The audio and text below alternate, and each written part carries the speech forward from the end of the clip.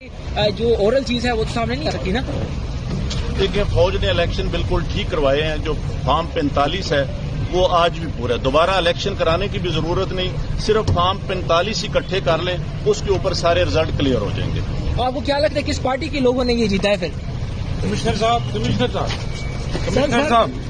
یہ بتائیے گا جو آر او نے ریزلٹس روکے تھے، کیا اس میں بے ضابطگیاں ہوئی ہے؟ کیا کہیں گے آپ؟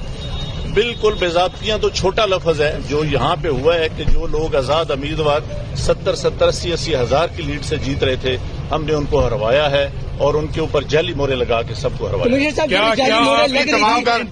آپ نے کسی سے کہا کہ سب کچھ ہو رہا ہے، غلط ہو رہا ہے، اس کو روکا جائے؟ دیکھیں، میں یہ ساری اس غلط کاری کی ذمہ داری اپنے اوپر لے رہا ہوں اور ساتھ آپ کو بتا رہا ہوں کہ جو چیف الیکشن کمشنر ہے، جو چیف جسٹس ہے، وہ بھی اس کام میں پورے شریک ہیں. کس کے کہنے پہ سب کچھ ہوتا رہا؟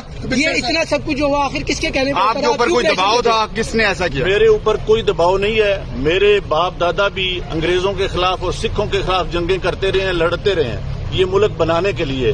اب میں اس ملک کو توڑنے کا حصہ نہیں بن سکتا. کمشنر صاحب، آپ نے راولپنڈی کی بہت بڑی خدمت کی ہے. آپ نے بڑے بڑے میگا پروجیکٹ پہ 24 گھنٹے کام کیا ہے.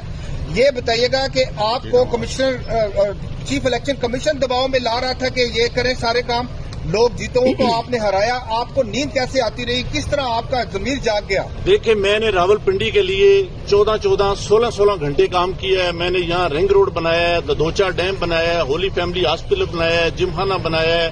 میں نے لاری اڈے بنائے ہیں، مزدوروں کے لیے سینٹر بنائے ہیں، منشیات کے اڈے سینٹر بنائے ہیں. سب کچھ میں اپنے ملک کی بہتری کے لیے کرتا رہوں، لیکن آخر پہ میں نے جو اس ملک کے پیٹ میں چھرا گھونپا ہے، مجھے وہ سونے نہیں دیتا. جو میں نے ظلم کیا ہے مجھے اس کی سزا ملنی چاہیے، اور باقی بھی اس ظلم میں جو لوگ شامل ہیں ان کو بھی. ان کے نام بتائیں گے جو لوگ آپ کے ساتھ پولیس بھی شامل ہے، سینئر افسران جو بھی تھے.